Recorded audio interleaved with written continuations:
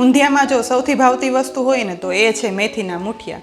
પણ તો આ મૂઠિયા છે ને તે ઉપરથી થોડા એવા ક્રિસ્પી, સાથે અંદરથી તેલ ભરાયા વગરના ફરસા અને એકદમ સોફ્ટ તો એવા કે મોઢામાં મૂકતા ઓગળી જાય. જો આવા મૂઠિયા હોય ને તો જ ખરેખર ઊંધિયું ખાવાની મજા આવે.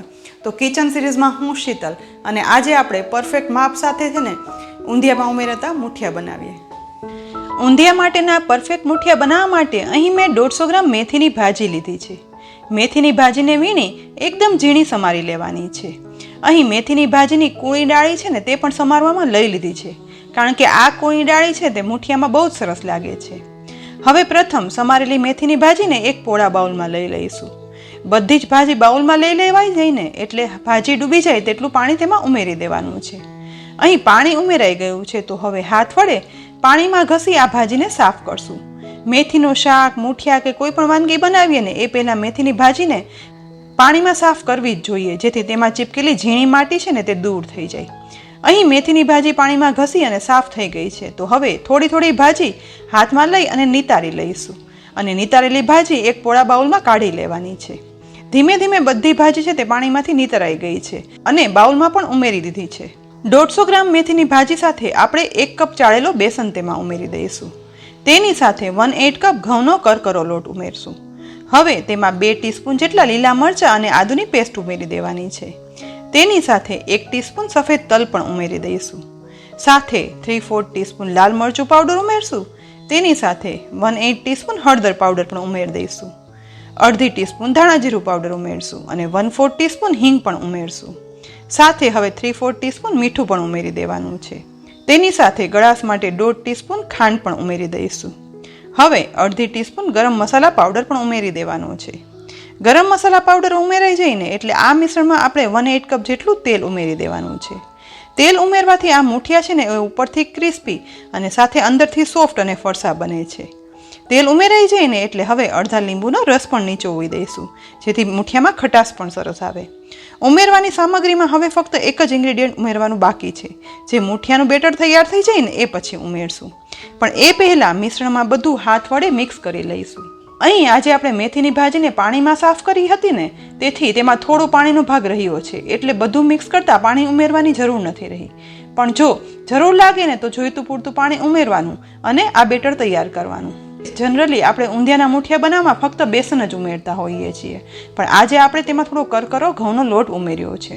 ઘઉંનો કરકરો લોટ ઉમેરવાથી મૂઠિયા છે ને તે થોડા કરકરા અને ફરસા થાય છે. અને આ રીતે બનતા મૂઠિયા જ્યારે ઊંધિયામાં ઉમેરીએ ને ત્યારે તે તેમાં ભળી અને ઊંધિયામાંથી તેલ પણ ચૂસી નથી લેતા અને રસા સાથે મિક્સ થાય અંદરથી સોફ્ટ અને ફરસા લાગે છે. અહીં બધું મિક્સ કરતાં મને મેથીની ભાજીના પ્રમાણમાં બેસન થોડો ઓછો લાગે છે, માટે વધારે અડધો કપ બેસન આ મિશ્રણમાં ઉમેરશું. 150 ગ્રામ મેથીની ભાજી સાથે પહેલાં 1 કપ અને હવે અડધો કપ બેસન, એટલે કે ટોટલ 1.5 કપ બેસન જોઈશે. બેસન ઉમેર્યા પછી હવે સાથે 1/4 ટીસ્પૂન બેકિંગ સોડા પણ ઉમેરી દેવાનો છે. હવે ફરીથી બેસન અને બેકિંગ સોડા આ મિશ્રણમાં હલાવી અને મિક્સ કરશું. અહીં જુઓ, બધું જ ધીમે ધીમે મિક્સ કરતાં એકદમ સોફ્ટ પણ નહીં અને એકદમ કઠણ પણ નહીં તેવો મૂઠિયાનો લોટ બંધાઈને તૈયાર થઈ ગયો છે. તો વધુ 1 ટીસ્પૂન જેટલું તેલ ઉપરથી ઉમેરી દઈશું. ફરીથી બધું મિક્સ કરશું. ઉપરથી આ રીતે 1 ટીસ્પૂન તેલ ઉમેરવાથી મૂઠિયાનો બંધાયેલો લોટ છે ને તે એક સરખો બંધાઈ જશે અને વાસણ અને હાથમાં ચીપકશે નહીં. બસ લોટ બંધાઈ અને તૈયાર થઈ જાય ને એટલે હાથ પાણીથી ધોઈ અને ચોખ્ખા કરી લેવાના છે. ત્યાર પછી બંને હાથમાં અડધી ટીસ્પૂન તેલ ઉમેરી અને લગાવી લઈશું. હાથમાં તેલ બરાબર લગાવાઈ જાય ને એટલે હવે તૈયાર કરેલા મિશ્રણમાંથી થોડો લોટ હાથમાં લઈ અને ગોળ વાળી લઈશું. અહીં મૂઠિયા છે તે સાઇઝમાં નાના જ વાળશું, કારણ કે મૂઠિયાના આ લોટમાં આપણે તેલ અને બેકિંગ સોડા બંને ઉમેર્યા છે, જેથી આ મૂઠિયા બન્યા પછી સાઇઝમાં થોડા મોટા થઈ જશે. અહીં જુઓ, નાની સાઇઝનો ગોળ મૂઠિયું વળી અને તૈયાર થઈ ગયું છે, તો તેને એક ડીશમાં રાખી દઈશું. અહીં ગોળ મૂઠિયું વળાઈ જાય ને એટલે હવે આપણે એક સિલિન્ડર શેપનું પણ મૂઠિયું વાળી અને જોશું, કારણ કે ઘણાને ઊંધિયામાં ગોળ મૂઠિયા ભાવે છે તો ઘણાને વળી આ લંબગોળ સિલિન્ડર શેપના મૂઠિયા ભાવે છે. આ રીતે વાળતા લંબગોળ શેપમાં મૂઠિયું વળી અને તૈયાર થઈ ગયું છે. તો હજી આ જ રીતે આ લોટમાંથી આપણે ગોળ અને સિલિન્ડર એમ બંને શેપના મૂઠિયા વાળી અને તૈયાર કરી લઈશું.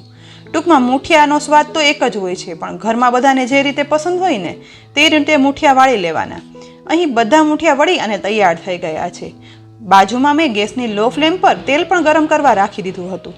ગરમ થયેલા તેલની ફ્લેમ લો જ રાખતા આપણે એક પછી એક મૂઠિયા આ તેલની કઢાઈમાં સમાઈને તેટલા ઉમેરી દેવાના છે. મુઠિયા તેલમાં ઉમેરાઈ ગયા પછી ગેસની ફ્લેમ લો જ રાખી આ મુઠિયાને તળવાના છે, કારણ કે મુઠિયા લો ફ્લેમ તળાતા થોડો વધારે સમય થશે પણ અંદર સુધી તળાઈ પણ જશે અને ઉપરથી એ જ ગોલ્ડન બ્રાઉન કલરના રહેશે. જો ગેસની ફ્લેમ મીડિયમ કે હાઈ રાખશું ને તો મુઠિયા ઉપરથી તળાયેલા દેખાશે ખરા, પરંતુ અંદરથી કાચા રહેશે અને ઊંધિયામાં ઉમેર્યા પછી તે તેલ અને પાણી બંને એબ્સોર્બ કરી લેશે અને સાથે સાથે અંદરથી કઠણ અથવા તો કાચા પણ લાગશે. અહીં ધીમે ધીમે સાઈડ ચેન્જ કરતા જઈ લગભગ મુઠિયાને તળાતા 4 થી 5 મિનિટ જેવો સમય થઈ ગયો છે. બેકિંગ સોડા અને તેલના કારણે મુઠિયા સાઇઝમાં થોડા મોટા થયા છે અને સાથે તળાઈને કલરમાં ગોલ્ડન બ્રાઉન પણ દેખાઈ રહ્યા છે અને તળવામાં પણ હળવા લાગે છે. એટલે ઓટોમેટિક જ આપણને ખ્યાલ આવી જાય કે મુઠિયા એકદમ સરસ પરફેક્ટ તળાઈ ગયા છે. અને આ મુઠિયા તળાવવાની સુગંધ તો એટલી સરસ આવે છે ને કે આપણા જ ઘરમાં નહીં પણ પડોશીના ઘરમાં પણ ખબર પડે કે આ તો ઊંધિયાના મુઠિયા તળાઈ રહ્યા છે. હવે આ તળેલા મુઠિયાને તેલમાંથી બહાર કાઢી અને નિતારી લઈશું. ત્યાર પછી તળાયેલા મુઠિયાને આપણે એક ડીશમાં ટીશ્યુ પેપર રાખી અને તેમાં કાઢી લઈશું, જેથી થોડું વધારે તેલ હોય ને તો તે પણ એબ્ઝોર્બ થઈ જાય. હવે બીજા મુઠિયા પણ આ જ રીતે તેલમાં ઉમેરી અને ગેસની લો ફ્લેમ પર તળી લેવાના છે. ગેસની લો ફ્લેમ પર તળાતા બીજા ઉમેરેલા સિલિન્ડર શેપના મુઠિયા પણ તળાઈ અને તૈયાર થઈ ગયા છે, તો તેને પણ તેલમાંથી બહાર કાઢી લઈશું.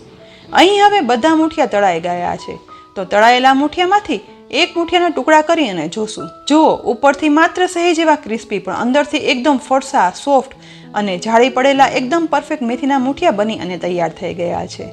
આવા બનાવેલા મુઠિયા ઊંધિયામાં તો શું પણ એમનેમ ખાઈએ ને તો પણ એટલા જ ભાવે.